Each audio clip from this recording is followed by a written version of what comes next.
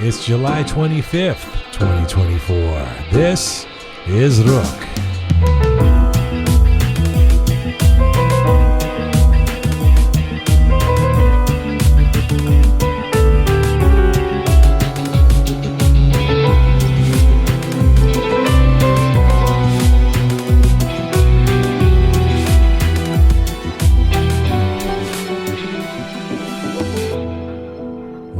Welcome to episode 332 of Roqe and Jian. Hello to you from Toronto, Canada, North America. Salam Jistan Aziz, Durud Bai Shama. Hope you're doing well wherever you are tuning in from around the world. I'm here in the temporary Roqe Studio before we move into our fabulous new studio. I'm here with Smart Pegah. Hello. Hello. Super P is here. Hello. Hello. And Arash Rowshan is on this episode. Very excited. The interview was done at this very table. Where I'm sitting. Where you're sitting, you could be drinking from the cup of Arash Rowshan, except you just put it aside. Except I put it aside. Why did you do that? You could be sipping from his cup of genius. I will have my own Is that cup. gross? Thank you. All right, yeah, okay. Arash Rowshan. Sorry, go ahead. Yeah, what were you going to say? Oh, nothing. Something derogatory about his spit or something? No. Arash Rowshan, for those who don't know the name, I'm guessing many people listening to this or watching this in the Iranian diaspora or even dakhil Iran, inside Iran, yes, would recognize his face. Absolutely. Why is that? So many of his videos have been beyond viral. I mean, I've seen them everywhere, and especially if you follow him on Instagram or follow any sort of political, satirical, comedy, anything of that sort, then you've definitely seen him. Super viral. Like, we bring people on, we go, this person has done so well with their, and they have like one video that has 1 million or something. This guy's got multiple videos that have millions and millions of views. That's right. And I didn't even remember that I know his video. I've been hanging out with the guy. Then I was like, oh yeah, you did that video. I remember the video from you know which one of the first ones I saw. And here's the amazing part of the story, right? Engineer, Shirazi kid, comes to North America 14 years ago, and dutifully becomes an Iranian engineer, works at Silicon Valley. Only a year and a half ago, decides he wants to go into comedy, and starts doing these funny videos that have now got millions of views. I mean, it kind of puts everybody else to shame. Like, like if you've been in a band for 30 years and you're putting out your 8th album and hoping to get some spins or something, I mean, this guy just came out of nowhere. And so the first one I saw, I think was probably one of the first he did, was back in around 6 months after the Women Life Freedom movement had picked up steam and was cresting, and there was the beginnings of the problems with the opposition kind of untangling and disassociating and unfollowing each other on Instagram and all of that stuff. And he did this video where there's like people from different sides and he's in the middle kind of, I love and that one. Khamenei's laughing or something like that. It was so resonant. I think I even ended up sharing that one. He does funny stuff. Sometimes it's silly funny, but a lot of times it's smart funny. That's right. And it's political smart funny. But in a gentle way. He's not like an overbearing kind of political type, but very, very powerful stuff. Yeah, I mean, well, that's what I was going to say. I was going to say there's two things that have stood out to me with a lot of his videos. The first one is that method that he uses where he's different people, but then he's kind of like on one side. Reaction videos. Yeah, reaction videos. That's what it's called. That's definitely stood out to me. And also the fact that the way he portrays information and almost uses comedy to get you to start thinking about certain things. I think it's fantastic, and it's worked so well because, I mean, as we can see, all his videos have gone viral. Not all of them. Well, most. Most of them. Most of them. You see what Pegah's quite loud. No, it's okay. Don't. It's fine. But you see what she does? We do right before we start recording. We do a sound check and go, Pegah, check your mic. Good thing I said I'm loud today. Pegah goes, hi, this is my mic. And then we start the show, and she's like, I really like those videos, like screaming into the microphone. Today, this is what I'm talking about, Super P. I said I was loud. Did I not? And then not? Super P with the spastic movements. Can you try and calm yourself? I'm sitting here, and you already started bobbing your. The other day, this poor Shia sat there for 3 years like a schoolboy, didn't ever move. The other day, I'm interviewing Arash Rowshan. We have the studio set up, temporary or otherwise, Right. so I can see the person behind the soundboard. Right. So if I need to signal them or whatever. So Super P is the person right now sitting there. And I'm interviewing Arash Rowshan. She's got this coffee cup. And she's drinking the coffee cup like as if she's like doing some kind of commercial for coffee or something.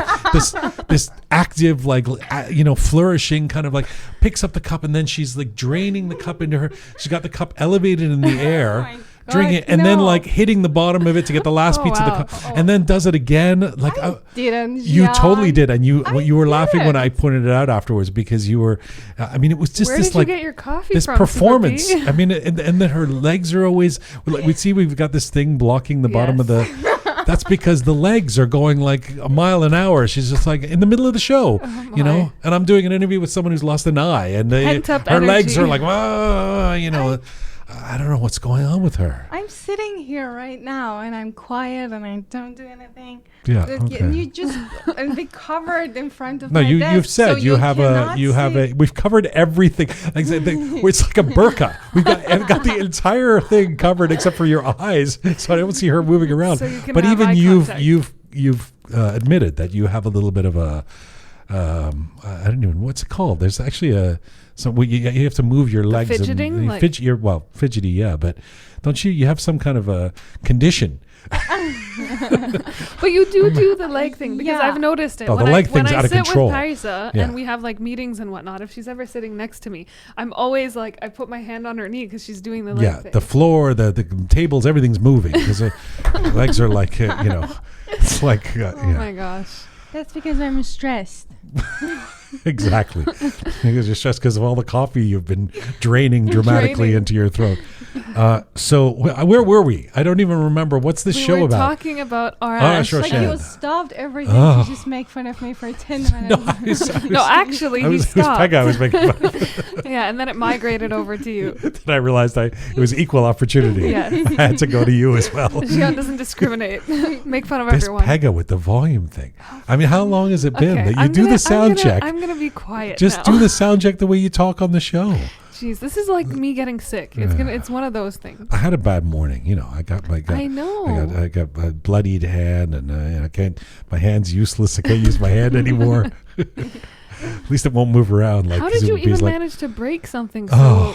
It's a terrible story. It's a terrible story. Well, you're going to have to share it now. I'm asking It's you, and really, everyone's I going to be didn't like, want what it. I know happened? we got to get to this. Arash Rowshan is waiting to get, we actually did the interview a couple of days ago. He's not waiting to come in here, so we can take as much time as we want. Well, okay, now that you've said it, I'm going to say what I was going to say at the top where you were mentioning the coffee cup. I was like, with all the people he's dated, I'm not going to drink out of his cup. Oh, poor guy. Now you're giving a No, hint I'm to the joking, interview. I'm joking. My new thing is cold coffee. Okay. Iced coffee. Right. Delicious. Amazing. Iced coffee, delicious. Iced right? lattes, my favorite. I don't know what that is. Oh, so good. Iced coffee. So now let me explain something to all of the people out there, the good Persians who probably chai. they are experts in tea, but know nothing about coffee. Okay. Right? Let's face it. What do you know about coffee? Nothing. Not a whole lot. Right.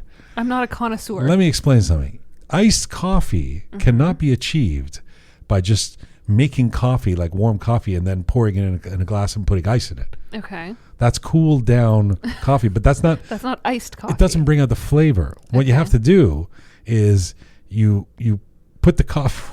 Well, anyway, explain it. You kind of marinate the coffee in a fridge, in a freezer or fridge for say 24 hours. Okay. You have a device like the where beans or no you ground the beans. You put the beans inside like not the beans, the grounds inside like a sieve or something like that. You fill a container with water with those in it, like you would with tea, right? Like a samovar or something. You lock that up. You put it in the fridge. Then over 24 hours, the coffee seeps into the water, and the flavors of the coffee come out. So an iced coffee. So that's what when you go to Starbucks or one of these places, and they have the cold press or the iced coffee. That's why those things. The first thing I was like, why am I paying $7 for a cold white it's Starbucks iced coffee? Well, that's part of it, but also it's because it is a thing. It's not just coffee that's been cooled down. Okay. So I didn't know that. I've been buying these Starbucks iced coffees bad person. There's surely some indie mom and pop coffee I should be buying, but I like the Starbucks iced coffee. And then a friend of my mother's, a cost-conscious friend from America, as Omrika. The Americans, they know these things. Right. The American came up here and said, "Oh, you should buy a iced coffee maker." Okay. Then you'll save all this money on why you're going to the store and buying the Starbucks iced coffee, right? So I kind of. Now you've got one? Well, hang on. Okay. I was like, I don't know. I'll stick with my Starbucks. Then each week I'm paying, I'm buying a bunch of these Starbucks things, and I think the Americans, the cost-conscious American my is dad right. used to say, "Man, that's how I'm like the American engineer." His voice is in my head. I'm going, maybe I can save some money. So I go on Amazon. Basically, it's a bit of a scam. What all it is like a big glass jug, and then with a top that tightly closes, and then inside a sieve that sits in there. So you put the coffee grounds in there, you fill it with water, you put it in your fridge, voila! The next day you have some iced coffee, right? But it's a thing, and it's got a little spout on it, so you buy it. It's like buying a coffee maker or like a tea kettle. I don't know, whatever. So I get this thing from Amazon, Amazon's Choice. Okay. Do you ever go with the Amazon's Choice? A lot of times, yeah. Yeah. You know how you have no idea. You have no idea. And who knows? But it's got the ratings. Who knows why it became Amazon's Choice? This could be some kid just, having a laugh. Yeah, Let's make this Amazon's Choice. And then I stupidly buy the Amazon's Choice. I've always had good luck with the Amazon's Choice. Yeah. So let's knock on That's right. Let's you figure out Amazon's Choice. If Amazon agrees, this is their choice. It's got to be the right coffee maker. Got to be the right one. So I buy that, and it arrives yesterday. And this is just not that interesting a story, but I mean, it's a sad story. We're committed now. Oh, yeah. So I'm all excited. Right. Despite the fact that I have like at least 13 Starbucks bottles in my fridge because they were on sale at some point. I'm going to make some iced coffee for tomorrow and see how this works. Right. So I put the ground stuff in there and the water in and everything. And it's like a 64 ounces, like a big jug, glass jug. And with the top, I put it in. So this morning, 6:30 a.m., I come down and I want to see how all night I was checking it. I was checking to see if the color was getting darker. I was all excited about it. It's like having goldfish, I was looking at how's my iced coffee doing, like a little pet, Right. Not to take anything away from my beloved Oogie, the French bulldog. So I take the thing out of the fridge, and I don't realize that I don't realize that you should take the sieve out first before you pour it, because if you pour it with the sieve in, you're pouring the grounds in. So first I try and pour some, but I've left the sieve in, and so it's like a cylinder that's in there. So some of the coffee comes out and it still has the grounds in it. And I go, So anyway, I'm fiddling around with this thing. It's full of coffee, iced coffee, and it's a big glass thing, right? And it's slippery because now I'm and so this is 6:30 in the morning, pre-coffee. And by the way, I have only underwear on. I've come downstairs to pre-coffee, and then it slips through my hands onto the counter. Bang! Shatters everywhere. Oh my goodness! Shatters everywhere. Coffee everywhere. Glass everywhere, including a big piece of glass, shard of glass, right through the middle of my right hand. And I look down, and it's like one of those slow-mo, like, no, and I see like blood coming out. And I was telling Super P, when you first see blood, it's really like red, it's like a nice red. It's not the darker red. It's like So it's coming out, and I'm like a tough guy. I pull the glass out, and the gash opens up bigger, and it took about an hour for me to stop the bleed. Like I kept on holding. Are you sure you don't need stitches? No, I think I do, but you have this makeshift Band-Aid on this thing. No, right I now. have I went and got I went to the pharmacist, and I was like, what can I put on this? And he's like, don't you need to go get stitches? Your hand is hanging open. And I was like, I got to record something. I got to record something. No, hopefully it's okay. It's one of those places where your hand has movement. It's right on a place. So even if you don't even want to, I don't want to show you. It's really horrible. Under this bandage is like it's like a disaster zone. It's like then That's the story with the hand. That's the story with the hand. And also like the Amazon product, Amazon's Choice. Amazon's Choice. Within 24 hours destroyed. So you know what I did? I refunded it to Amazon. I said, I wrote. Good old Amazon. I wrote, glass was broken when I got when I opened the box. After 24 I hours. put it back in, and I was like, and Super P was like, because she saw me, and I told her the story, and she was like, they're going to open the thing and see that there's no glass. And I'm like, because the glass was broken. What was What were I you can't gonna do? return Put- it. Yeah, with the, exactly. Give them broken glass. I'm returning the lid. There you go. And the cylinder That's the part in you the can same return. box. It's only been a day. Yeah. Right. So yeah. So when I mean, it's partially returning. I'm yeah. That's the story. I hope your hand is okay. Forget about the Amazon glass. Let me but- tell you something.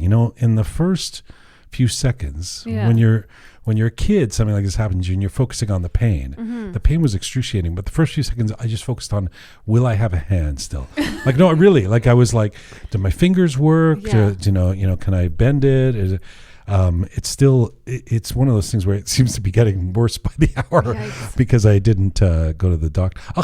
The other thing is, I tell a couple of people that happen to be Iranian, and they're like, go to the doctor. And I'm so tired of this Iranian thing that anything that happens, you have to go to the doctor. So I was like, no, let it. I wouldn't go to the doctor, but I It's would fine, at the very least get those butterfly bandages. Have you heard of those? No. Okay, so butterfly Are they bandage- Amazon's Choice? No. Because I'm sure you can get it from I only Amazon. purchased Amazon But Choice. no, butterfly bandages are meant for exactly cuts like that. So the way it works is you put it on one side. Like imagine this line is the cut. You put it on one side and then you pull and it brings your skin together so it allows it to heal better. I mean, it would have been helpful if the Mr. Pharmacist had told me about that. Usually they're supposed to tell you this. And the kind of pharmacist thing. was horrible because he was just like, he was like, he kind of, I showed it to him and he was like, oh, that's not good. Gee, and thanks. I was like, well, it's not that bad. He was like, oh, I don't know. He my was goodness. like, he was freaking me out. And then I said, well, Butterfly can I just put bandages? what are the polysporin? And he said, Yeah. well, yeah, but I don't know for that. Oh my gosh. Then I was like, no, just give me the No, but all polysporin. jokes aside, if it's still not great, get You the wanna see it? butterfly. I mean, I don't get. It doesn't affect you? No. Okay, let me show you. I mean, I can already see the blood though. Oh, Like, actually, I probably shouldn't take this because it's right here. ugh. Yeah, you need butterfly bandages because it'll bring it together. Yeah, because it's open. Yeah, it's open right now. But does it? Yeah. All right. Well, this is the best program we've ever done. The Iranian diaspora, ladies and gentlemen. Poor Arash Rowshan. Yeah. So back to our His millions of fans have tuned in to to hear listen to about the your interview. And they're like, I listen, but I only heard about a Starbucks cup and some blood and what? I don't even hear Arash. I don't know who that person is. I don't but know either. Yeah, there's a guy listening. Yeah. Wow. The thing is, ultimately it is Amazon's fault. Let's face it. Ultimately, I think you should it's a sue slip. Amazon. If it's Amazon's Choice, it shouldn't be that slippery. It shouldn't be That's able to right. slip out of your hands like that. Expect better quality This from big- Amazon's Choice. This big glass full of coffee thing. Yeah. Did you end up having a coffee in the morning after all that? Yes, actually, I had the Starbucks, The Starbucks. the overpriced There you go. Starbucks. The American guy, he said That's- this is the problem.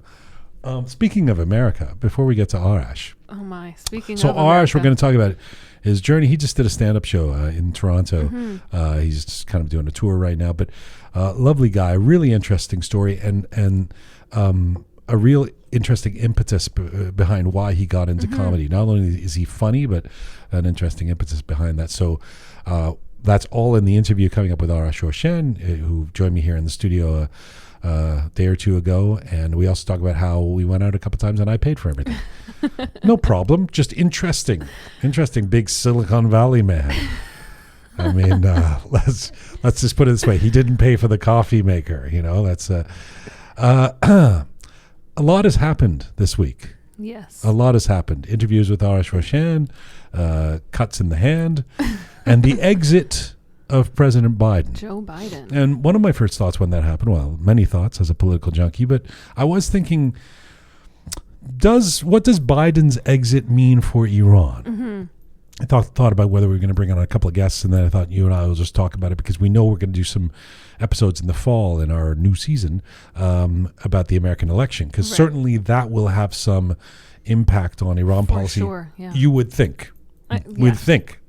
But for now, does Biden's exit affect Iran policy? In other words, how much was the policy we've seen from the United States with respect to Iran caught up in the president? Well, how much was it in his wishes? Do we think at all? Is there any relationship to that? Will it change at all with a different leader that seems to be Kamala Harris? And for that matter, would it make any difference with Trump? That's the question I was thinking of. And the reason I was thinking of it is the president's a tough gig. Yeah. We don't always like what they do. And sometimes we don't like anything that they do.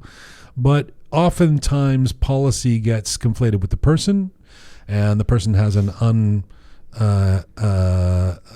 unenviable position of trying to figure out what to say. So you see with the Middle East conflict, for example, nobody was that happy with Joe Biden. Those who are pro-Israel found him too soft and mealy-mouthed, and on the other side he was called Genocide Joe, for not supporting the Palestinians and the folks in Gaza enough in people's eyes. So it's not an easy gig, but certainly when it comes to Iran and in and around the uprising after the killing of Mahsa Amini and the Women Life Freedom movement, and after that, the desire to move entirely away from any kind of reformism and the idea that this regime must change, and we don't want to appease them, we don't want to play ball with them, we don't want to enable them.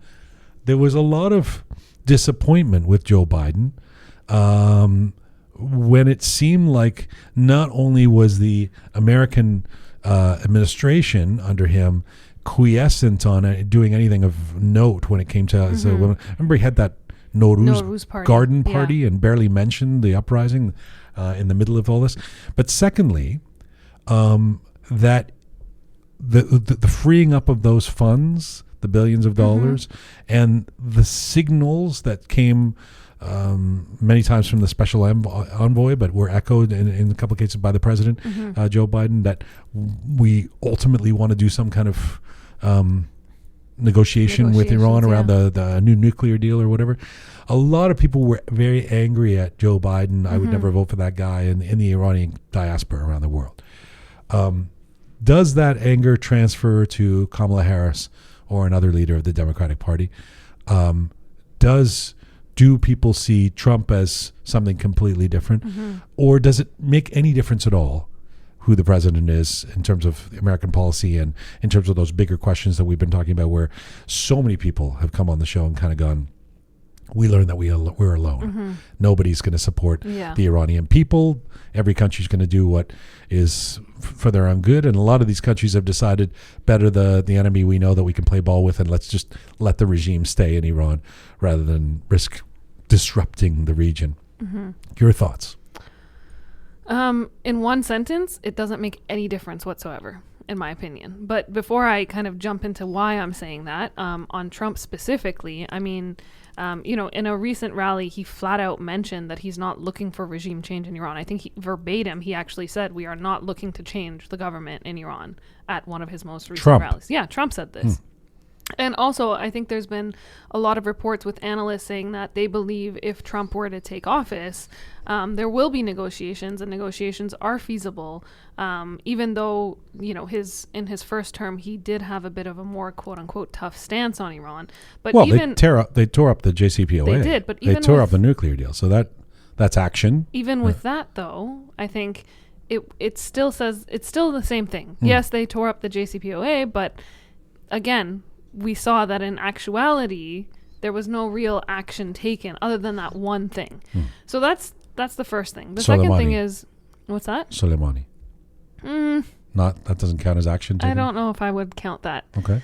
The other thing is, I think with the Democrats, whether it's Biden, Kamala, or anyone else for that matter, I think we've seen them kind of play this flip-flop game where it's, we stand with the Iranian people, but then we're going to have talks and meetings and everything else behind As has closed almost doors. everybody else. Macron, Exactly. Trudeau, whatever, yeah. That's right. So I think for all those reasons, I really don't think that there would be any difference. And we've seen time and time again that it benefits these governments, whether it's the U.S. government, the French government, whoever else, for this regime to be in power. And if it didn't, then we wouldn't see them have these continued talks and these flip-flopping between, we stand with the Iranian people, but then really we don't because we're not taking action.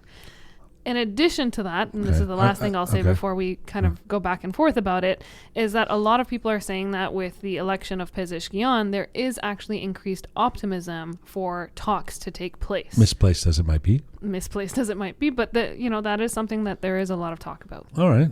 I think you speak in simple words, smart Pegah. I think some of that was a little reductive, but I generally agree. I would say that I don't think there's any major difference policy-wise between Joe Biden and any other Democratic candidate right now, especially if it's going to be his vice president who's part of the same administration, et cetera. So if you're fan of the Iran policy over the last 4 years, I don't think there's any massive changes afoot just because Biden has exited. I would pause on whether the Democrats versus the Republicans, the Democratic Party versus the Republican Party is going to be, whether basically Trump or Kamala as president would be the same. Because I suspect they wouldn't be. I mean, you're right that I don't think it'll be the same. America is America, but yeah. if one of them is going to have, for better or for worse, I mean, not necessarily taking, but if one of them is going to have a maximum pressure policy, if one of them is going to enforce sanctions, if one of them is going to take a hawkish position towards the regime, you got to think that's going to be Trump. It's going to be right? Trump, but ultimately, what's that going to do? I mean, we've had this conversation so many times, especially with sanctions in particular, about who are those sanctions actually hurting and helping, and what's that going to do in the long run. Well, the question was about Iran policy. That wasn't about how effective it is. I'm just whether there's a different Iran policy or not. But I also agree that probably in the long run isn't that much. I mean, it would have been, would things be different had it been a Trump administration after the killing of Massa Amini? Honestly, no. No. I don't think so. The one thing I will say is that there's a lot of people in parts of the world that would disagree. California? I was going to say that I thought it's unfair to always say the Orange County. There's people all over the place. Let's call it what it is. No, right? there's people all over the place that support. We know there's a lot of supporters of the Trump policy on Iran. Whether you like Trump and the administration on anything else, I mean, when it comes to the Iran policy, there's a lot of support for that in the diaspora. And I completely understand it. Don't get me wrong. As I'm not a Trump supporter by any means, but if there are even one or two things that I might agree on with things that he said, it is probably about something to do with his policy, his views on foreign policy in Iran specifically. So I definitely understand it. But to answer your question, whether it's Trump or Kamala or Biden or anyone else for that matter, I don't think it'll make any bit of difference. So the events of this week and the dramatic events in American politics, you don't think have any bastigui on what happens in Iran? No. I see. With Iran. It's been entertaining though, that's for sure. It's I'm so very great. excited. I love it. As a political junkie, Yeah. I'm who could predict the last few weeks? How could you Biden down in the polls. Biden has that horrendous debate performance. He can barely string sentences together. Yeah. Then there's a campaign starts. He says, "No, I'm going to stay." Then Trump almost gets assassinated. Then Trump looks like he's doing a victory lap at his convention. Then Biden exits. Now Kamala has all the momentum and is going to become president. I mean, it's crazy. I mean, just that video that she released for her campaign today is enough to keep that momentum going for weeks, I would say. She's got Bey on her side. Yeah, that's right. Beyonce on her side. What is Amazon's choice? That's what I want to know. I would probably vote for because whatever Amazon says. Yeah. And then all of a sudden a bloody hand. Anything else you want to say quickly about before we get to Arash Rowshan? I do. I've got two things I want to bring up. The first one, I'm going to unfortunately be bearer of bad news as usual. There has been a recent sentencing within the Islamic Republic of Iran, an Iranian Kurdish political prisoner by the name of Pegah Azizi has been sentenced to death on charges of armed rebellion. So Azizi had actually received a 4-year prison term for quote-unquote membership in opposition groups and armed rebellion and all sorts of crazy things that we've heard so many different labels on. And what ended up happening is that, again, this isn't news, but there was deprivation of access to legal counsel, not allowing her to see family for months. There was torture. There was denying her fair and transparent legal proceedings, not allowing her access to rights groups, all of these things. And this has been ongoing. The last time she was arrested was in 2009. And this has kind of been an ongoing situation since then. But most recently, a sentence has been given for her death. And so I just wanted to bring this up because I know we often talk about news and what's happening currently.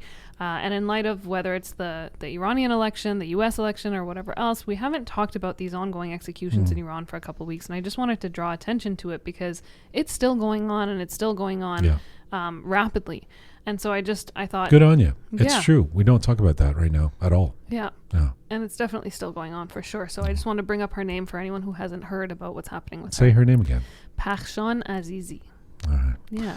And anything else? One more thing, and I'm going to do a bit of a flip-flop here. Okay. This one, it is news. But Iced coffee? No, but along those same lines, kind of. I was going to talk about another assassination attempt. Oh. Yeah, and I don't know if you've heard about this one, but Ahmadinejad was... I'm not laughing at assassination attempt. No, I haven't heard. What's the idea? So on Monday, I believe, Ahmadinejad was traveling with his entourage to Zanjan for some religious mourning ceremonies and things like that, where... Does he have an official role?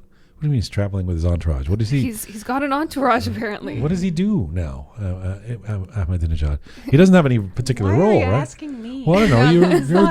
You just arrived from Mashhad. I thought maybe you'd know. Maybe you'd know. As a former president of the country, I guess that's a dignitary. What it is. Yeah, that's right. So, does it matter? He's just tweeting for now, right? Yeah. It doesn't matter where he is. Yeah. He's active on social media. But so what ended up happening is that there seemed to have been some air conditioning issues with his car, and it was warm, and so he had complained about this. And do not get in a helicopter. Whatever you do, don't get in a helicopter. Yeah. So his chief security officer inspected the car and decided something was awry and asked him to take another car. And so they were, I guess it's like a couple of cars that were driving behind each other. And all of a sudden, the car he was supposed to be in is, the brakes. How many cars? He's like Justin Bieber. How big is this entourage? Who knows? I thought it was like it'd be him driving around in a Honda or something. No, I have the car. Apparently, it's a Toyota Land Cruiser is what his car is. But it sounds like there's more than one car. More than one, yeah, exactly. So the car that he was supposed to be in, the brakes, the steering wheel, everything apparently stops working. The person driving the car loses control. There was a big car accident. They end up hitting another car. Thankfully, no fatalities. Everyone was fine. But they then later took the car to be inspected again to see what was going on. Something fishy for sure. It's only like one of those scenes in Homeland. That's right. There's always somebody in a car. Yeah, exactly. And then they later found out, and this is all, Ahmadinejad and his security crew have now mentioned this. They found out that 2 days before, when they actually had sent the car for repair because of the original air conditioning concerns, the team, I guess, that was supposed to look at the car for the air conditioning malfunctions ended up not looking at it. And in fact, at the time, the car was seized by quote unquote special security agents who took it to an undisclosed location instead of the usual repair shop. And so what they're implying is that there was some sort of tampering with the car and that this was an attempt on his life. Okay. And so there's some speculation as to, you couldn't have just said that, huh? We had to hear this whole story. Well, it was Arash a Homeland episode. The final Arash Rowshan fan that was waiting for the interview has tuned out. I wanted to make it more like Homeland. They were talking about first Starbucks and then Ahmadinejad. Arash Rowshan's fans have a weird accent, it seems. They're aging men with the worst Persian accent. I don't know why the poor guy's fans. Actually, his fans are quite young. I don't know what this is I'm doing. I apologies to both Arash Rowshan and whoever I'm imitating. Yeah.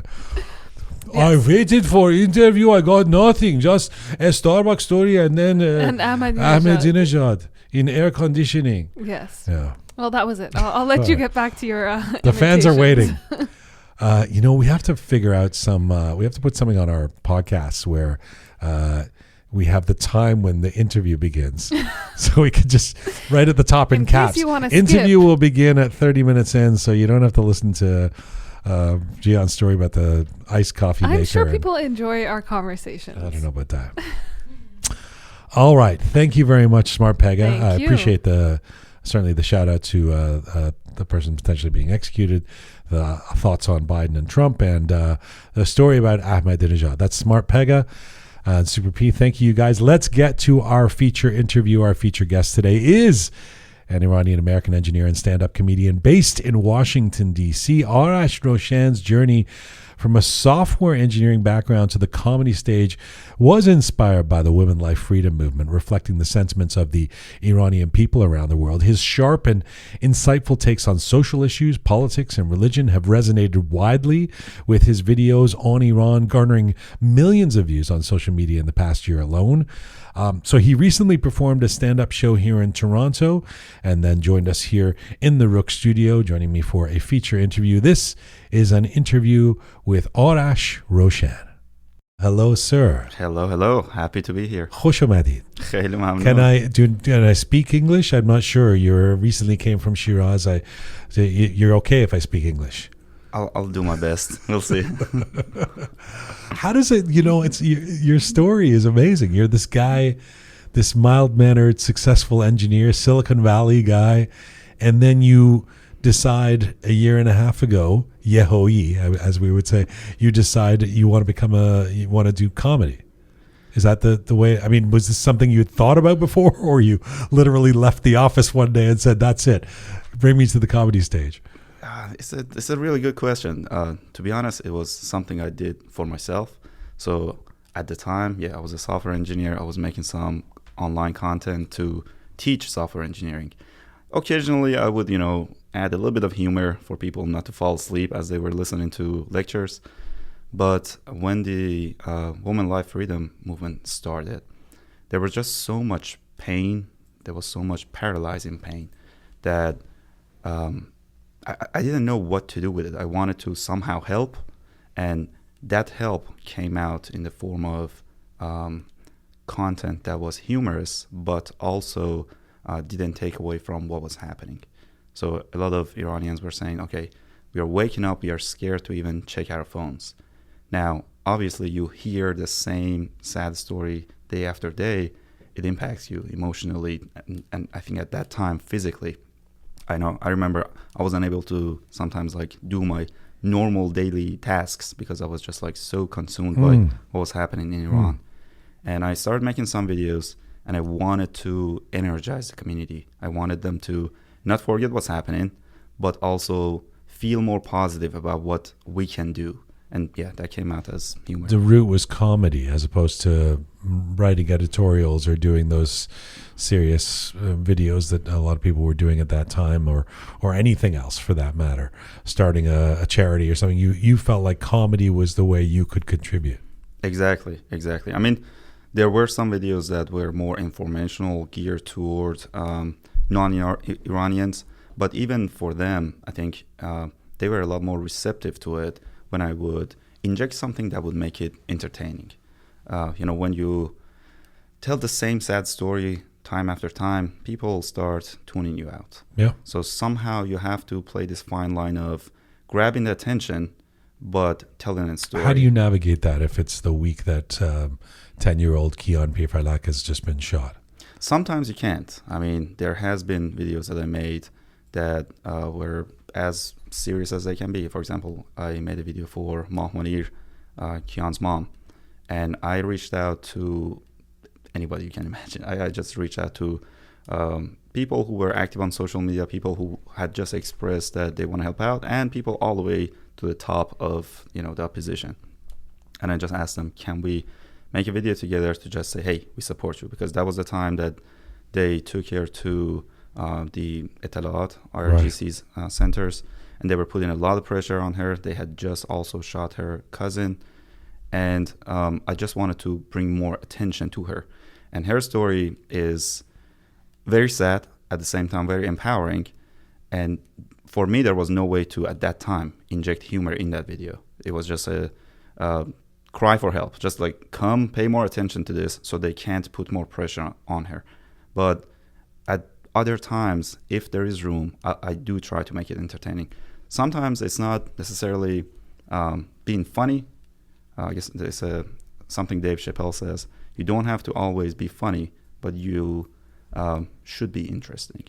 So I try to be interesting. I try to have people listen to me longer. Well, I mean, we're going to get into your videos that have now garnered millions and millions of views, but something that occurs to me immediately, and I noticed this certainly watching you on stage the other night, is you have to have a lot of self-confidence to be you. I mean, any stand-up comedian, I think, has to have some self-confidence to be able to go on stage and subject themselves nakedly to a group of people out there who are, waiting for, okay, make us laugh, buddy, let's. But to migrate from engineering and say, I'm going to do comedy, I'm going to throw myself out there. You have to believe that people are going to want this. Where did you have that confidence? That's a really good question. I remember the very first time I had the courage to go in front of a crowd, and I did that first performance in English. It was like a 3-minute open mic, and exactly as you say, as an engineer in Silicon Valley, it goes against every grain in my body to go, in front of a crowd, try to make them laugh. My life, like prior to that point, was interacting with folks who have very high IQ, not necessarily high EQ. Having a long conversation with them was not as easy. You have to think about every little detail because they think about it from an engineer point of view.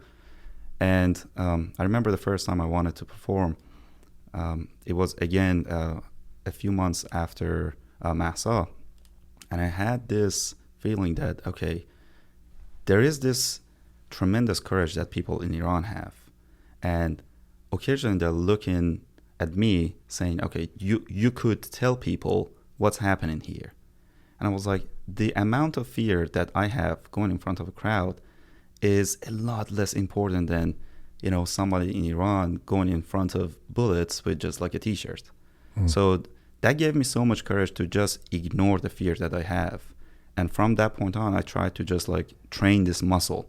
And it got, I went to DC and performed in front of a larger crowd. And then when I was in Europe, I completely started a solo show. How did you know you were funny? You are. I'm glad you think I'm funny. I do. Well, it's not just me. I mean, obviously, millions of people watch you. They laugh. There was a crowd that came out. Probably your first gig in Toronto, right? You've only been doing this for a year.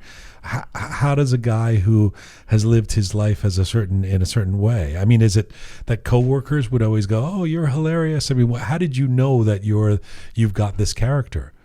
Yeah, I think since childhood, like even in school, I would make jokes with teachers, even my college professors, that everybody would laugh, but also the joke was in a way that the teacher or the college professor wouldn't mind if they would hear it. It was again walking that fine line where you're not quite the class clown, you're saying something funny that people also like, and obviously I'm saying things that a lot of people don't like, but that's another aspect of it, that I'm being true to myself. No, but everything about you it feels like you're constantly walking a line. Yeah, you're very much.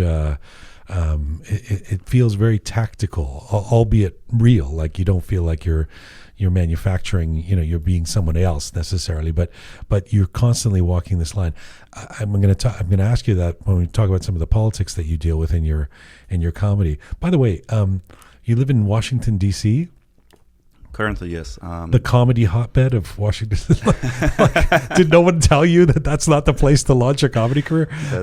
Why don't you live in L.A. so you can do the Comedy Store every Monday night or something, or I don't know, or New York? Yeah, I was actually in San Diego for a while, and then when I did my tour in Europe, just because of the logistics of being a traveling stand-up comedian with, starting the career as a stand-up comedian takes a lot of money. So you have to really think about the logistics of where you stay, where you have a house. So if you're paying for mortgage or rent in San Diego and you're not living there, I mean, you're going to go bankrupt pretty fast.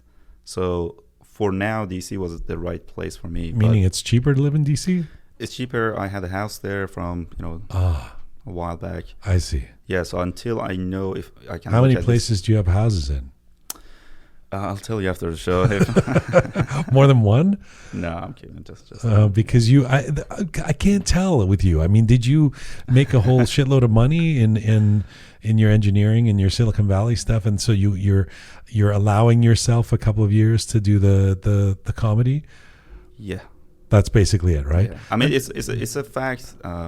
So one of the things that I tell people also is that a lot of artists they have the art. A lot of comedians, they are funny, but the business aspect of it, being able to take that risk, not everybody can do that. No. So yeah, I did, work my ass off. Especially when you have a certain lifestyle you're used to, right? I mean, you're young, but you're not 17. You've established yourself. You have a kind of a lifestyle. So you have to, this is the best case scenario, that you can self-fund a development process and that it's going well. I mean, if you've got millions of views, that's going to translate into tickets. It's going to translate into gigs. It's working out for you. Can I just ask you about the impetus of the Masa Amini uprising? Because you said something interesting the other night on stage. You said, I think of Iranian history.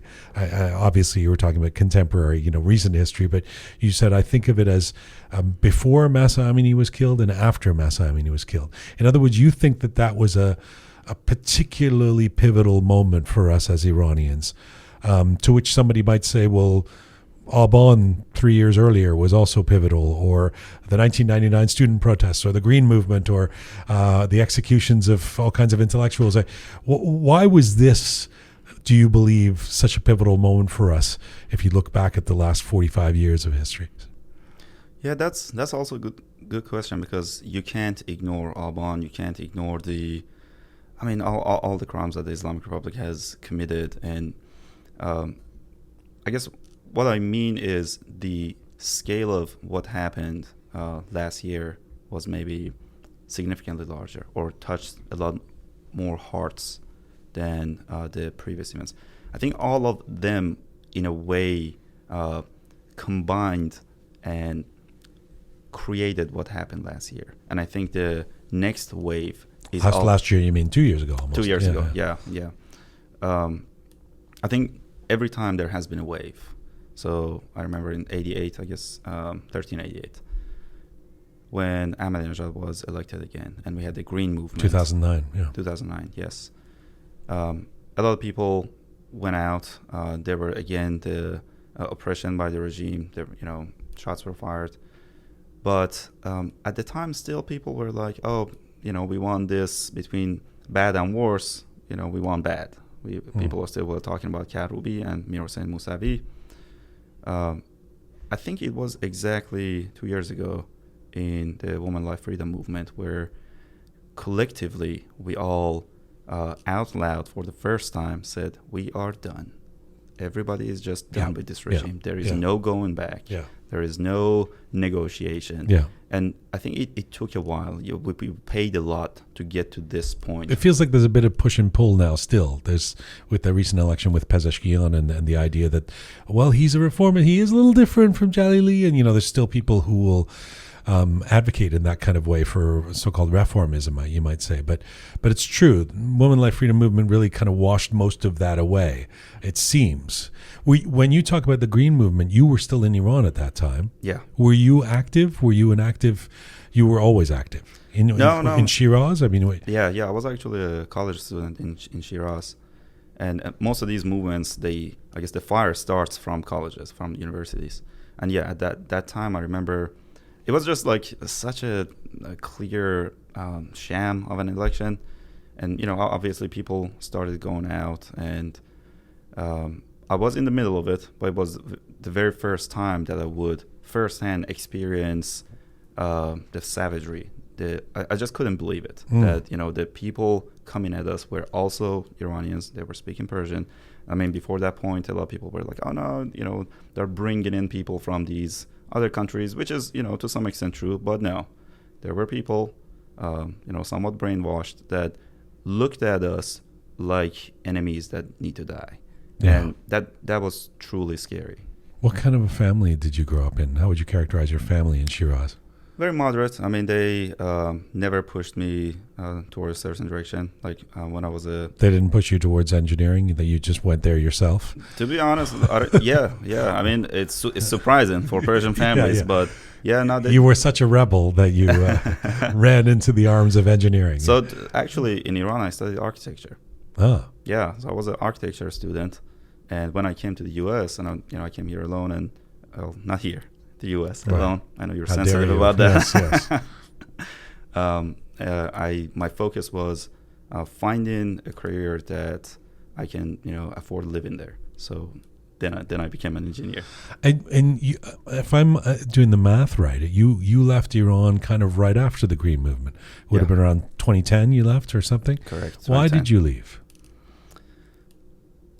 To keep it short, to live freely, somewhere I can have the freedom to do basic things, to be honest. Being able to make money. Obviously, Iran, the problem with the Islamic Republic is not just that, there is oppression with thought and belief and, forced hijab and whatnot, but economically also things are not good at all. So coming to the U.S., the very first thing that I enjoyed was the freedom that I can think what I think, I can say what I want to say, I can hang out with who I want to hang out without the constant fear, but I can also build a life for myself. And that was something that I always wanted to build for myself in Iran, but I reached a point, I think, in 2010 that I just felt that was impossible. Obviously, there are a ton of experiences that lead you to that point, to want to say goodbye to family and the language that you speak and the friends you have made and, the country and the city that you love. But yeah, if I want to keep it short, I wanted to live freely. It's been such an interesting couple of decades for you, because now you're in the Iranian space, 60 million views strong over the last year, kind of, or more. Well, what is it? How many views have you had? I know you. I gotta add it up. You're an engineer. You look at the analytics. Probably 60 million 60 plus million, is 60 correct. million plus. All right, and that's happened just over the last year, and you're doing that in Persian. Your videos are mostly in Persian. Most of the stuff your commentary, your comedy show is in Persian. And so you're this guy from Shiraz who's a Persian kid who came here, but in the intervening 13 years, when you left Iran, you actually didn't want anything to do with the Iranian community, or at least you kind of you were not involved, as you have said yourself, in the Persian community. You weren't, in other words, somebody who comes like a lot of people we have in Toronto. Not that there's anything wrong with this, but they come from Tehran and they basically come to Toronto and they hang out with other Persians and they replicate their life of what they had in Iran, and they don't even learn to speak English. You seemingly made it a mission to not work within the Iranian community. Tell me about that choice. I think it was somewhat of a subconscious choice. When I came to the U.S., I just wanted a fresh start. I wanted to have this thing that I thought everybody should have, a basic life, basic freedom, being able to make money, pursuit of happiness. And I felt a lot more comfortable with Americans or generally non-Iranians. The Tarof thing was, it's always a bit of a pressure, the expectations. You don't like the Tarof thing. That's why you made me buy the kabab the other night. I did not expect you to say that, on podcast, but you didn't even reach for the wallet. It was just like, yeah, no, you go ahead. I was like, yeah, they don't teach the Tarof in Shiraz anymore. We'll edit this out. I definitely reached for my. Unbelievable. Yeah, the Tarof thing, I actually do it. I feel like it's not but begrudgingly. I mean, it's part of our genetics. I feel like if I have a guest, all I can do is just like feed them more. I just want to keep feeding them. Right. But the expectations that we have from each other, and sometimes, to be honest, I think the bitter experiences that we have had in Iran, at least for me, that was the case early on when I came to the U.S. Part of it, I wanted to just like forget that. Oh. And when you are in Iranian groups, we share similar pains, and obviously sometimes it's good. Sometimes if you just want to move past it, That's interesting. yeah, you want to be in a community that has not felt that. So there were a combination of things, but looking for that fresh start pushed me toward, I dated Americans, or generally just non-Iranians. At work, everything was English. And the very first event that happened that I completely got pulled back into the Iranian community was Massa's movement. You dated non-Iranians. Yes. And what did you learn from that? I loved it. Oh, I see. Absolutely. And is that will you stay in that track? Or would you date Iranians now, or would you prefer not? Oh no, I am. I would date anybody at this point, and at that time, Anybody except you. Less hairy than you. Everybody except me. I'm not hairy. I have look at my arms. I'm actually very non-hirsute. Even less. If that's what you're looking for, I'm good. You would date anybody. Well, I guess what I mean is, even at that time, it wasn't kind of like a conscious decision that I don't want to approach any Iranians. But anytime I was in a Iranian crowd, which would happen through at least soccer. So I play a lot of soccer. That's right. You're football. a big soccer player. Yeah. Yeah. So I would meet other Iranians and their families occasionally, and I would just kind of tense up, subconsciously. I wasn't as comfortable. So it wasn't like, I'm just gonna cross that nationality out. No, that wasn't the case. It was just I was just more comfortable with other people. Now, over the past year, I feel like I'm relearning a lot of things. I'm being reminded of a lot of things. But that's a fascinating thing to say. You've said it a couple of times now that you are more comfortable with Americans, non-Iranians, than you were with Iranians. Don't you think that's interesting? It is. A guy who grew up in Iran and who's, a guy named Arash, who's a Persian engineer who's doing comedy in Farsi. It's fascinating. What do you make of that? So I actually think Americans have their culture is very similar to Iranians. Their thoughts about how they look at freedom, what we should be able to do and whatnot, is very progressive. But I think it matches well with our millennials or Gen Z. Maybe not with old school Iranians. But I found it very easy to communicate with at least Americans. What have you learned about when you have this 13-year respite from the Persian community and then you dive back in a big way? And having talked to you a little bit, gotten to know you a little bit, I know that you're very observant. I mean, it's part of your comedy. You're observing the Iranian diaspora and almost reflecting them and talking to them about their lives. You ask who is an immigrant here, how long have you been here at your comedy show? What have you learned about the Iranian community, having stepped out of it and now stepped back in, that you wouldn't have known before? So there is so much that is interesting when you, exactly as you say, you haven't been in touch as much and then you come back. It's kind of like, you say goodbye to your cousin and then 10 years back, you're like, oh my God, you're 3 times the size I saw you. Right. So one of the things that I keep enjoying when I see is how fast the culture has moved forward.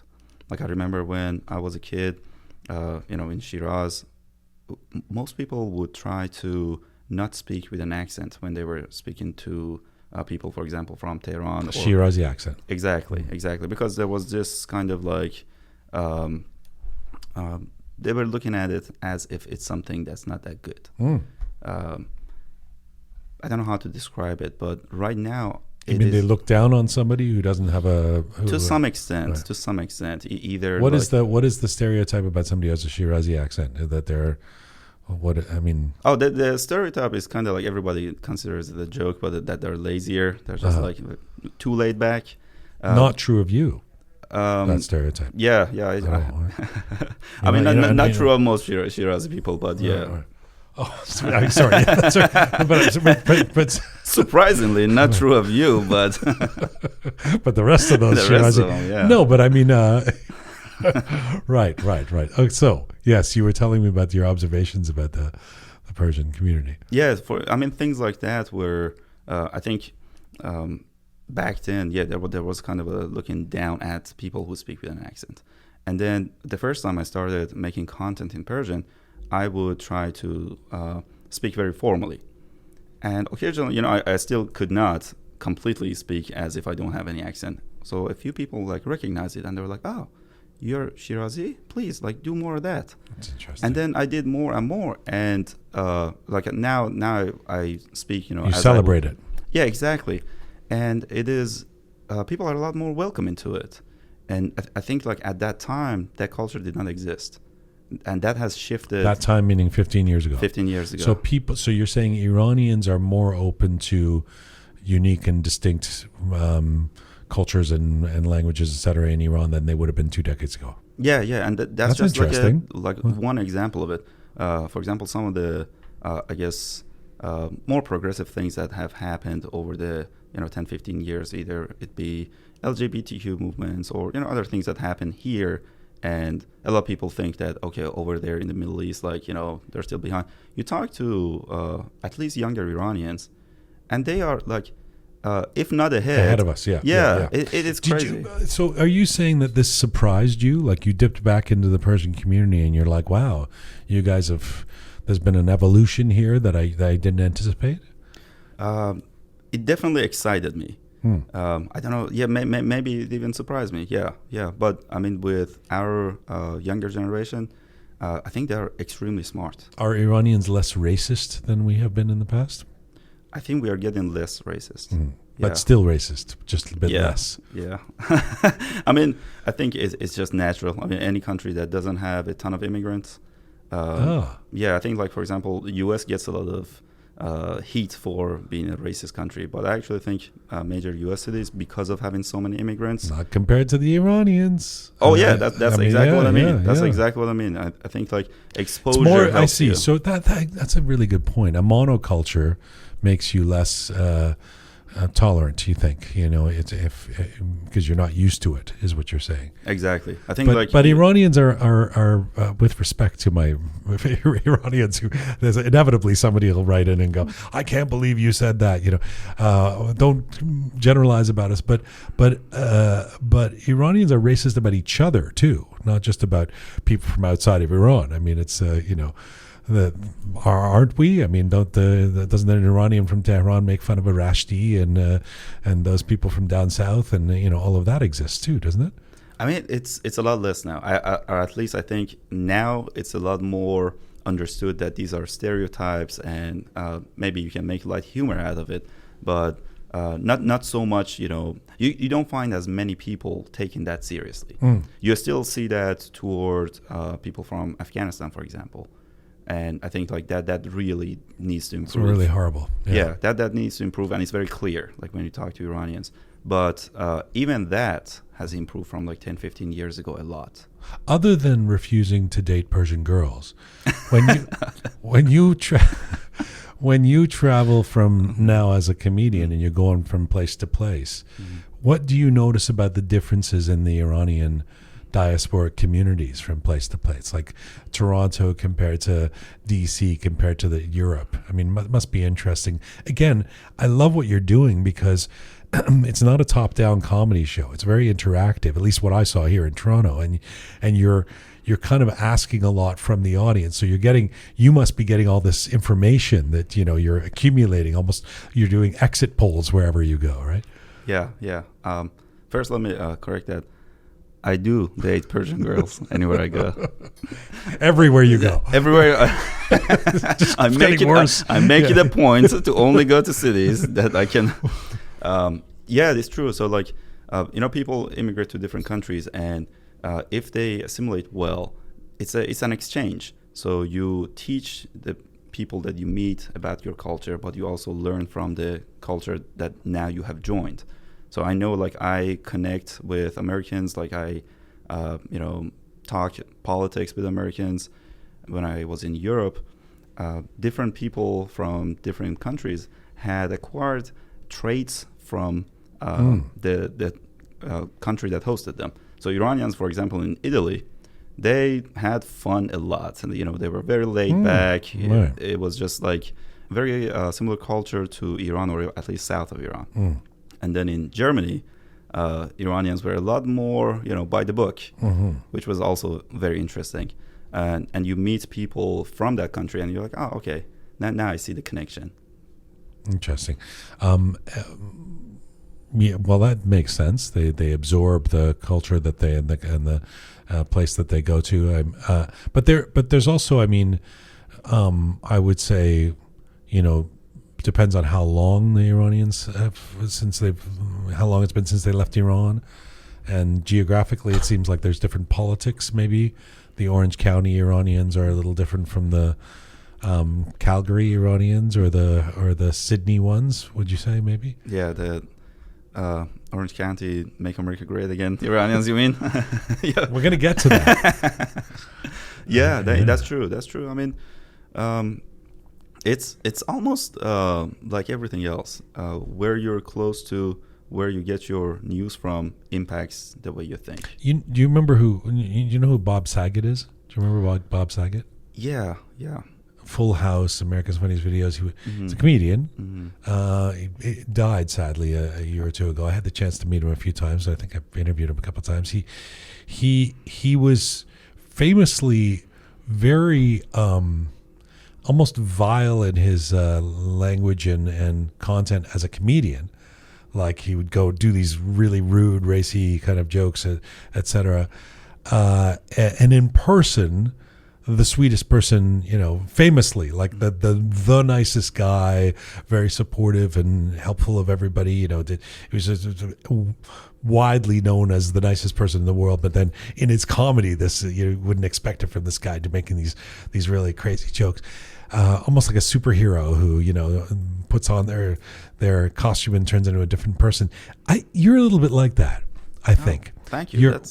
I'm flattered. Well, if it's a comparison to Bob Saget, it's definitely a compliment. But you seem very sweet and thoughtful and intelligent in person. Not that you're not intelligent as a comedian, but some of your humor is surprised me. Like even on stage the other night, I was like, oh. He just made that sexual innuendo joke.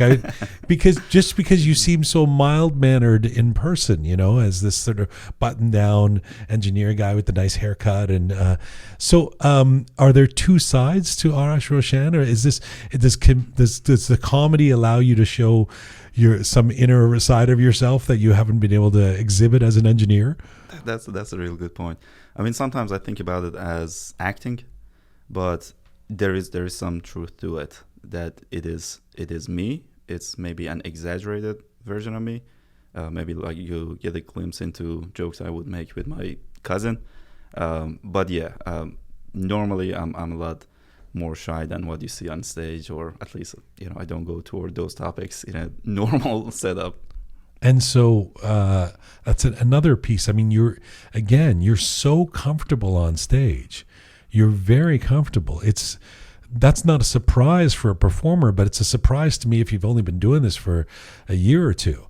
It just seems like you've been up there forever. What do you attribute that to?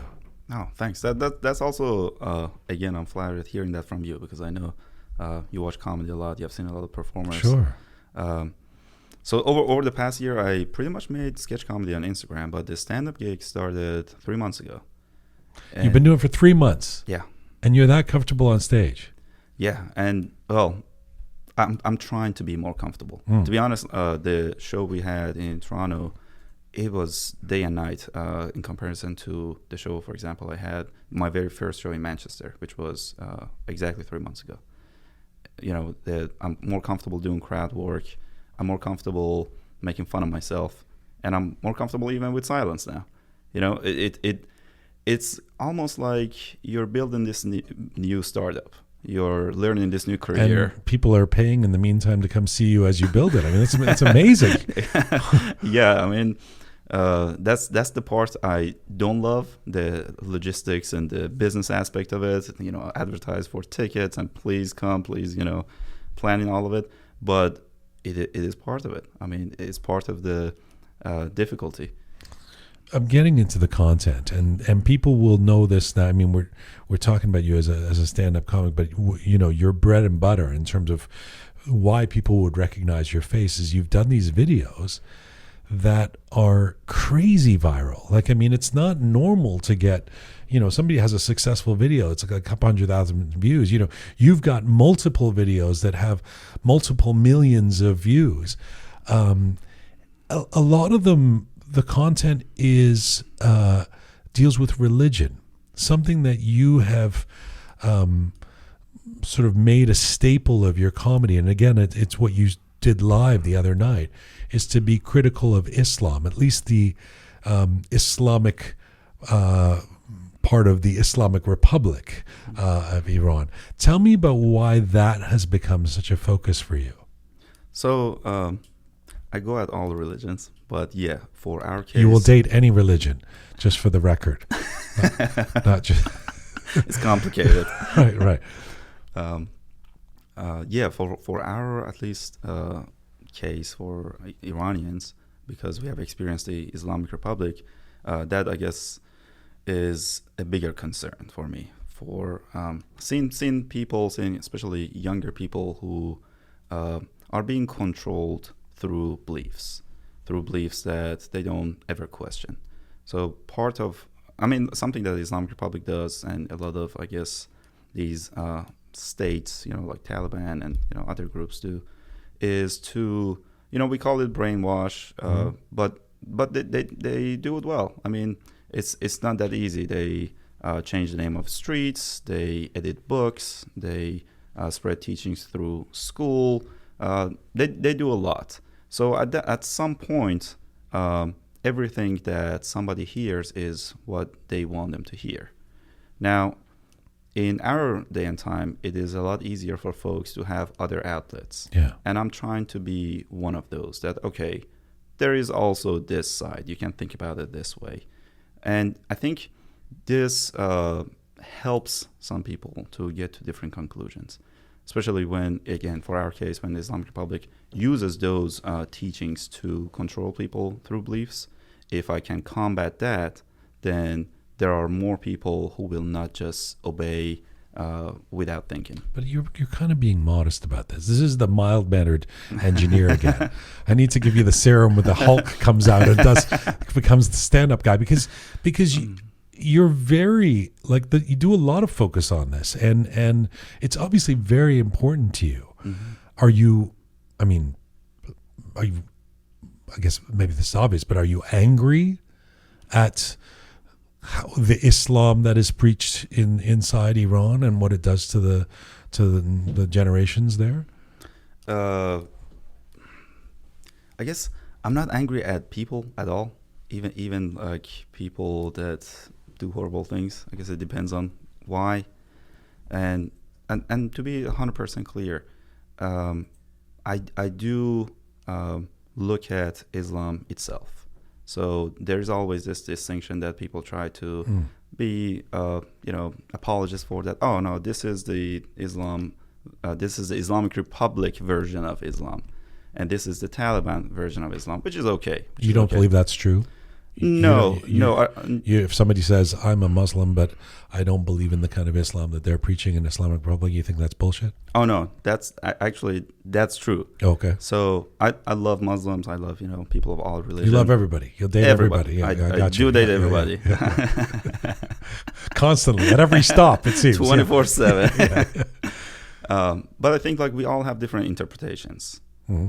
And my interpretation of a verse that says you're allowed to beat your wife is you're allowed to beat your wife. And in my opinion, that's domestic abuse. Now, if somebody says, I'm a Muslim and I don't agree with, beating women, great, fantastic, that's great. I mean, you still want to call yourself a Muslim, but you don't like that verse that you're not allowed to not like. That's not up to me to talk more about it.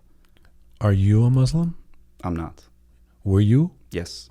And did you make a... Well, I guess maybe I shouldn't say yes. You were born into a Muslim family. Is that fair? A Muslim country. Yeah, Oh. yeah. My family were moderate. They never really talked to me about what religion. Your I dad need to never have. prayed?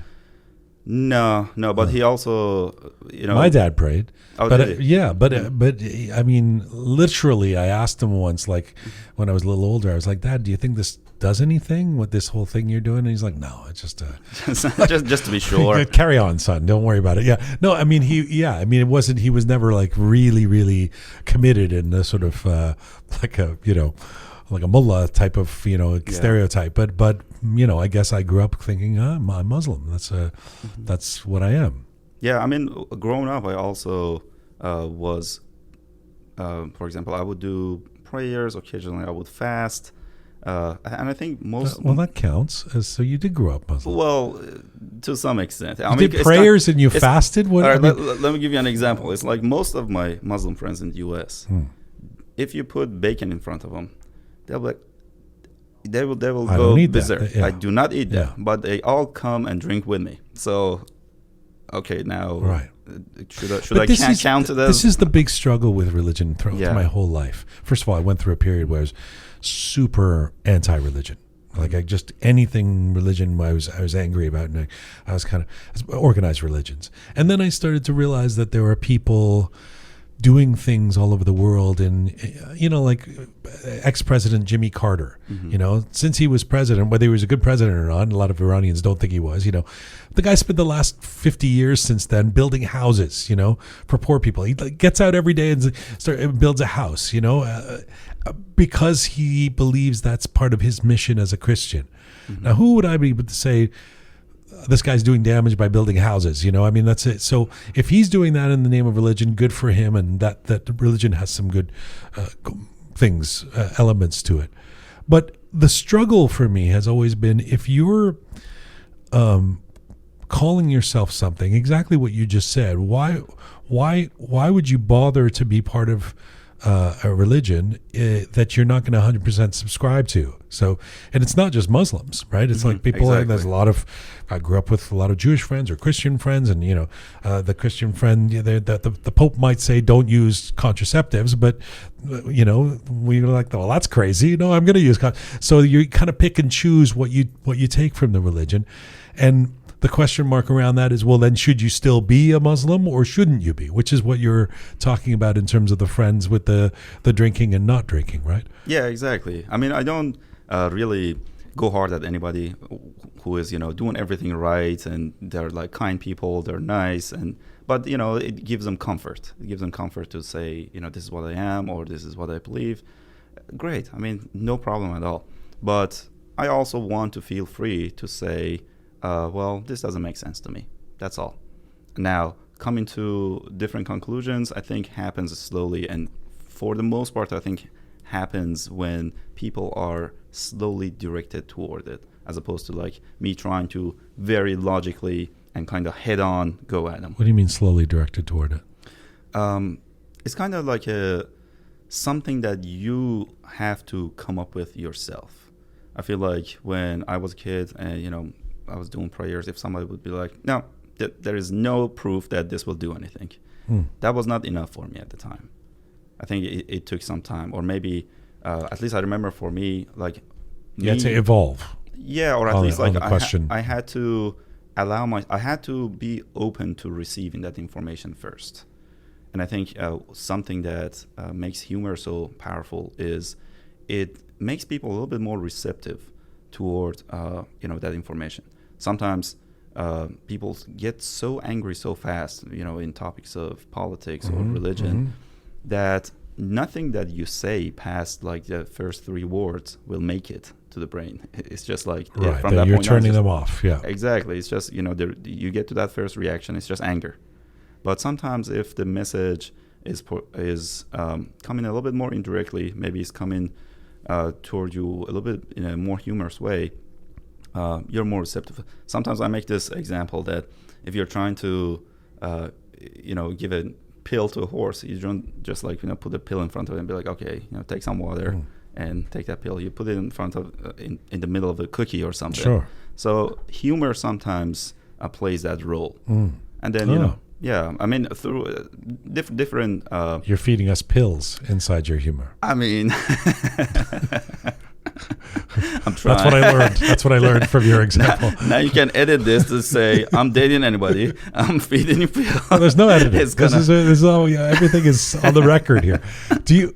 Of everything that you do, this seems like the most. Like, just first of all, putting yourself out there on the internet in general is, everyone knows now is a tightrope to walk, because you're going to have haters, especially once you're successful, and you're going to have trolls and whatever.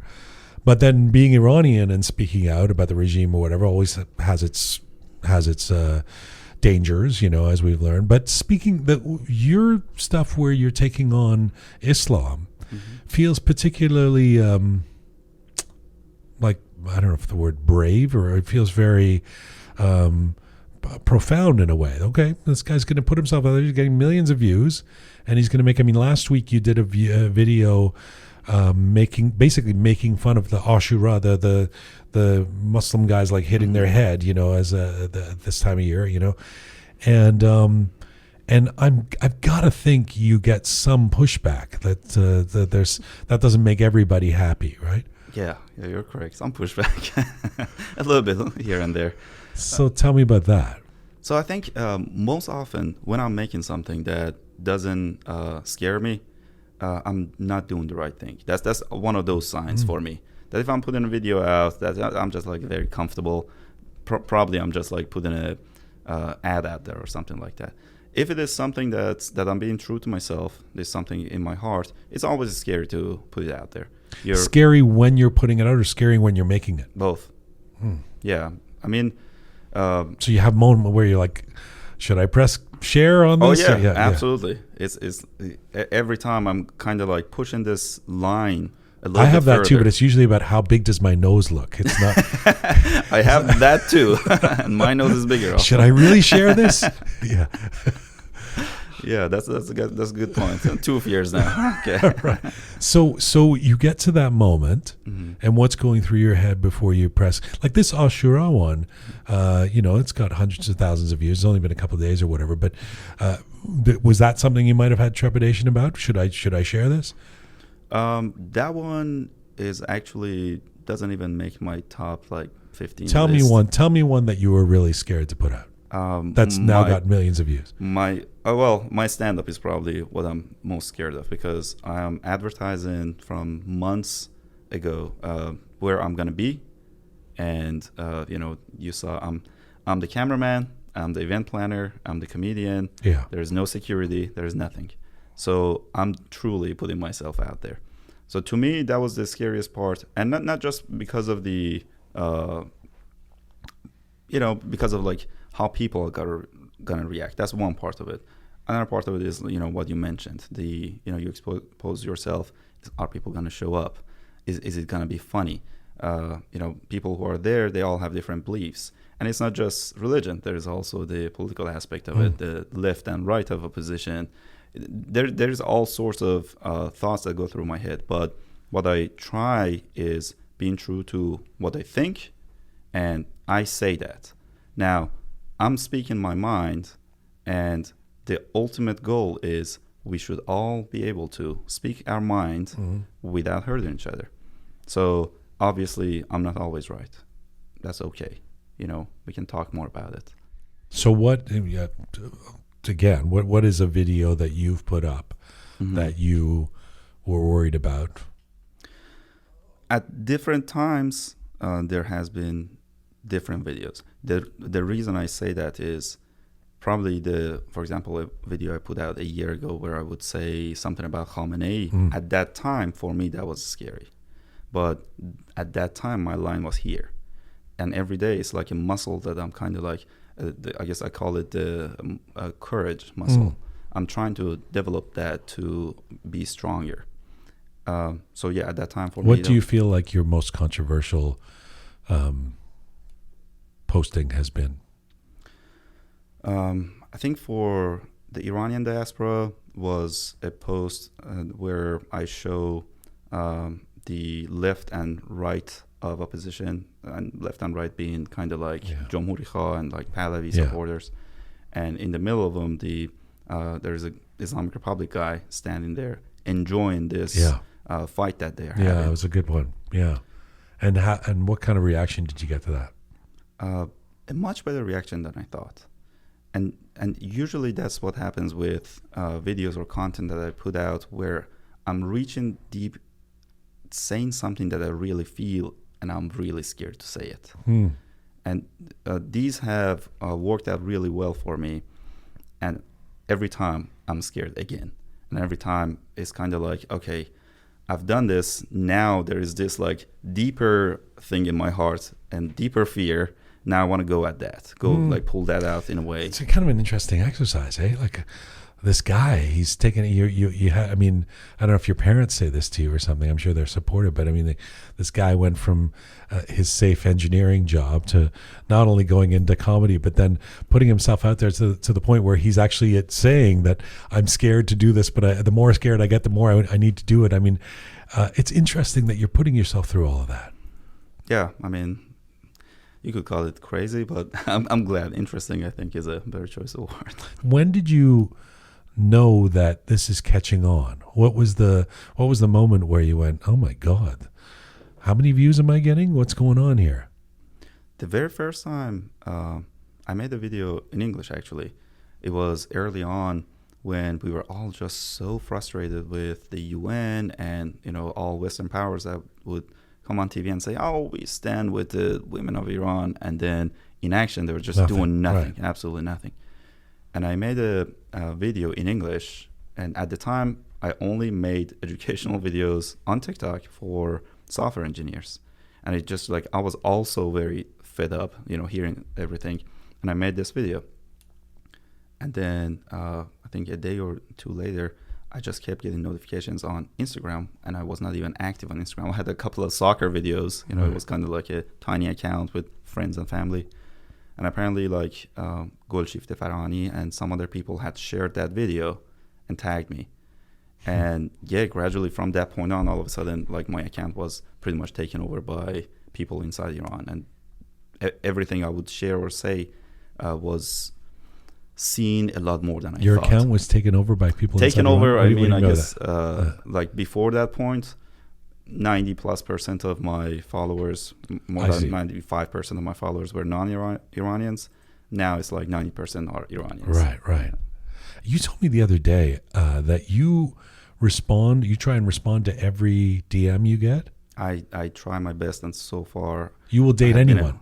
I will date anyone. There's no any religion. If you buy me kebab, I will. Well, that's not. But you won't pay for the kebab. You'll. That's for sure. I will taaruf. I will reach for the. Yeah, you won't even do the reach. No, that's a lot. I mean, at this point, you don't respond to every comment you get.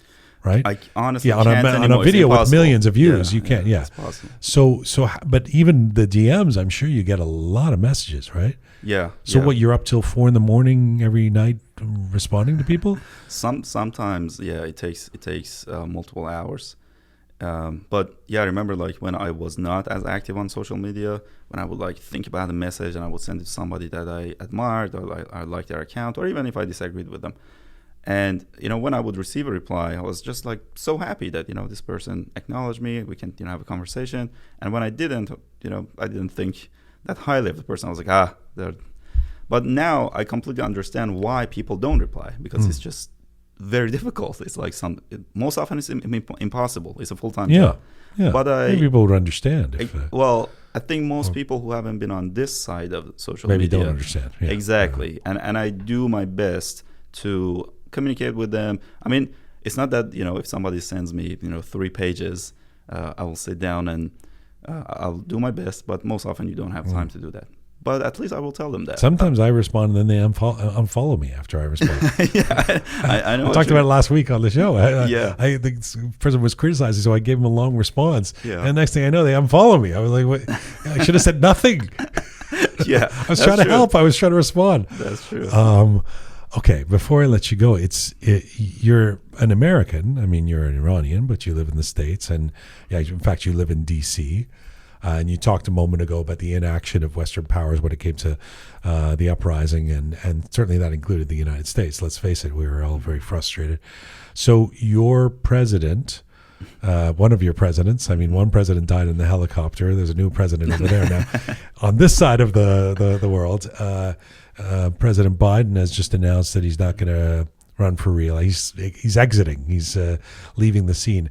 There's a lot of during the Women Life Freedom uprising, there was a lot of anger directed towards the Biden administration, although there was also some who went to the White House party and support him. But there was anger about not taking a harder line on Iran or wanting to resuscitate the JCPOA, etc. Do you think a different president, be it President Trump if he wins, or somebody else, it looks like it's going to be Kamala Harris, but somebody else taking the reins, makes a difference for Iran? I think it makes a difference, but not to the point that, okay, so now Trump is in power and everything is going to be sunshine and rainbows. No. I mean, we have already experienced Trump. So the one thing that everybody keeps thinking about or is reminded of is Qasem Soleimani. But, okay, what changed truly? No nuclear deal? Yeah, but I guess as far as us getting rid of the Islamic Republic. Right. So I don't think, I do think there is a difference between the left and right in the U.S., but as far as Iranians' fate goes... Do you think there's a difference between Biden and anybody else who would lead the Democratic Party? At least for me, there is. I mean, every time I watch the dude, I'm just so nervous. I look at him. I mean, vis-a-vis Iran, not just I know his what you mean. Aging. I know what you mean. Yeah.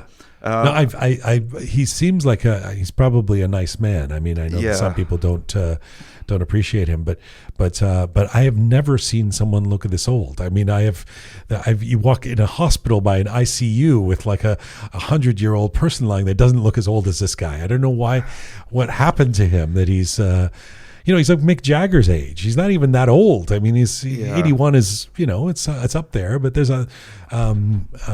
there's people running. How old is Khamenei, right? He's in his mid-80s. Yeah. The guy's still playing soccer. It's our luck. I don't know if he's playing soccer. Do mullahs play soccer? I doubt You're a soccer player. I've never seen them move that fast. I don't know. They don't. But they isn't Varzesh part of the? It's not something that you're. I mean, whatever they do, it seems to be working because they don't die. I mean, they just last forever. Right. Yeah. Maybe it's just sitting there and dictating. Horrible things allows you to stay functional. So you don't think it's going to make a big difference? Within the Democratic Party, I don't think there's going to be a big difference between Biden or Kamala Harris. Between left and right, I think the Republicans are a lot more hawkish toward Iran. They're more aggressive. So in a way, I would be a little bit more fearful of escalations that maybe in years' time we'll look at it and say we wish it had not happened. But on the other hand, I think we are all so frustrated with the appeasement policies that, to me at least, it is very understandable for people just want change at whatever cost. And will you be voting in November in the U.S.? You usually vote? I always vote. And who will you be voting for? I've always voted blue. This is the first time. Blue is Democratic in that country. Yeah. And this is the first year that I considered voting red. Mm-hmm. But I like how you're using the colors to soften it a little bit. Well, you're going to vote for Trump. Yeah, you're considering voting for Trump. Exactly. But you're not sure. Unbelievable. Yeah, because you haven't taken a good enough look. You have to spend a little more time with Trump to know. No. There are two other things in the U.S. One is because of electoral colleges. Depending on what state you vote in, it can pretty much be as if you're not voting. Yeah. In California, say it doesn't make a difference. Exactly. So I'm in Maryland at the moment, so it pretty much doesn't matter who I vote for. But from a because it's a democratic Yeah. state normally. Yeah, but I think we are at that point in the U.S. policy where a third party, although it will not, nobody from a third party will be elected. A shift in focus toward third parties, I think, is a worthwhile investment.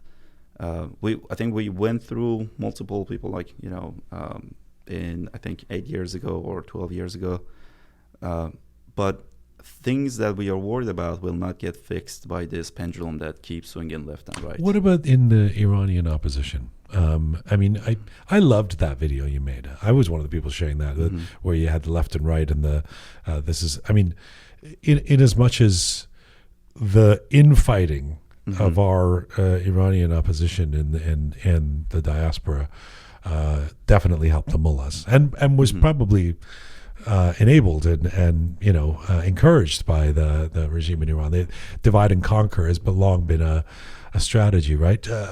What do you make of what happened to the Women Life Freedom uprising? I know it still exists and there's people still fighting for change, et cetera, but it obviously isn't at the place that it was a year and a half ago, when you were so inspired to start doing the comedy, et cetera. What do you make of where it's at and why it's no longer burning as brightly? I think the reason it's died down for the most part, obviously, is because of the cost that people have paid and the lack of results.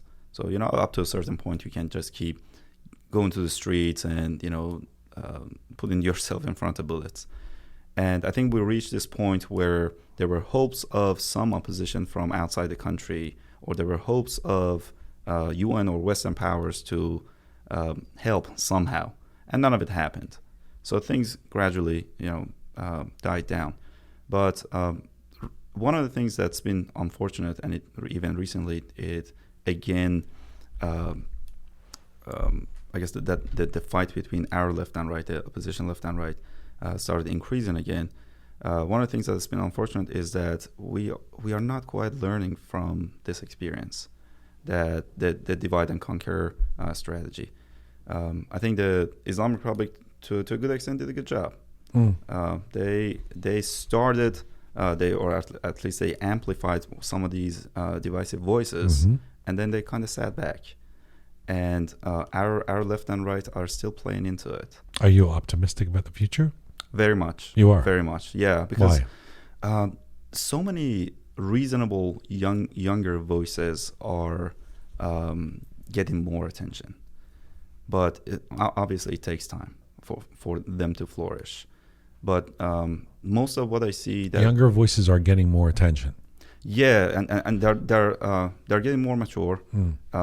They are a lot smarter, and I don't think they fall for the same tactics that easily. One example of it is exactly this election, the Pezeshkian, comparing that to somebody like Khatami. Most of the people who consider themselves right now barandas, not sure what the correct translation is for that. Most of these people at that time voted for Khatami with a lot of hope. Yeah. But the new generation, it is very hard to find somebody who actually voted for Pezeshkian or who had that hope that we had 20 years ago. And it is that I see that intelligence in other aspects too, in the fight, within the opposition. You talk to younger people, for them it's easy. That problem for them doesn't exist. You talk to older people or people who still have that mindset, they still fall for some of these games. Would you ever live in Iran again? I would definitely visit. Live in, it's depends. I think I've built a life for myself in the U.S. I obviously love to be in Iran. I think one of your guests maybe said that. I was listening to your podcast. Said I want more than I want Iran. I want Iran to come back to me. I want to have that. Yeah. And to be honest, the thing that really motivated me to be again part of the Iranian community is our next generation who want to live there. It's for them not to have to experience what your parents experienced, what I experienced. Many of us who had to go find a new home, start from scratch. and build that somewhere else. Where's your family? Where are your folks? Still Shiraz. In Shiraz. Yeah. And what do they make of your comedy? I try to keep them as far away as I can. So they don't. What do you mean? They don't see it? I mean, I try to keep them as far as I can. What does that mean? That means I don't respond to podcasters about my family. Oh, I see. Oh, I see. You don't respond. I see. Yeah. Oh, I thought you meant you keep them far from the conversation. Oh, yeah. Yeah. I mean, as much as I can. You don't want to even say whether they like it or not. They support you. You don't want to say that. Yeah, it gets complicated. Okay, all right, that's fine. That's I didn't understand what you were saying. No, I try to keep them as far as possible from you, from the internet. From you. Those people, I try and keep them as far as possible. Well, they're across an ocean, so how far do you need them to be? It's great. It's great talking to you. It's great having you here in Toronto. It's been such a pleasure. I feel like I'm just the time that we've had has been very appreciated to have you here in our studio. It takes time away from clearly you going to the gym and working on your pecs, which for some reason are the size of the rock. I don't understand if you're a comedian and engineer why you look like you're from in some magazine like a bodybuilding thing or something. Is this like it must be a sideline of yours? You must do this. You must spend a few hours a day doing this somehow. Just moving chairs for stand-up for now. Still, I need to do that. This anti-Islam stuff is great for the body. Look at you. Look at you. And by the way, he will date anyone at all. It doesn't matter, right? As long as somebody moving. Please find somebody. It's great to have you here, Arash Rowshan. Thank you. Thank you so much. Thank you so much for, I already knew I had listened to your podcast, and I know you do your research, but I was like, well, there's not a ton about me out there. But the fact that you're so down to earth, you invited me out, and you got to know me actually, and the questions that you ask are actually things that are they are true to my heart. But the fact that you know them after meeting me 2 days ago, it's crazy how good you are at your job. Oh, that's really kind of you, man. And it was also a pleasure for me too to take you and pay and. And have you just accept that? Where can I pay so we can be done? Let me tell you something that was really nice. What was really nice is when we ordered the food, a lot of food for two people, that there wasn't an argument. It wasn't like, hey, no, let me. Like you just decided to stay quiet and let me, go ahead and pay, not to make a scene. I thought that was very thoughtful. It was very kind. I wanted you to be comfortable. You didn't want to make me feel uncomfortable by even reaching for the wallet. You were just like, no, I'm in his city. Let him feel comfortable. There you go. It's okay. It's true that he drove us, and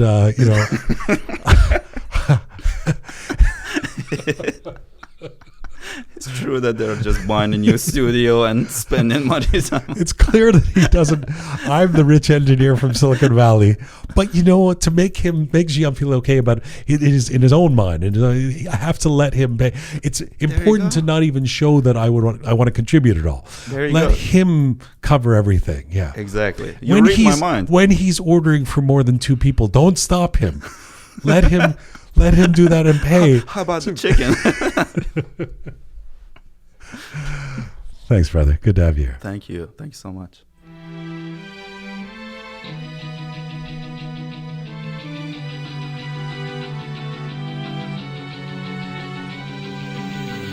All right. That's full time for Roqe for today. Thank you to Arash Rowshan. And to you guys for listening. For all things Roqe related, our website, roqemedia.com. is the place to be, roqemedia.com. Thanks to the amazing team who put this show together.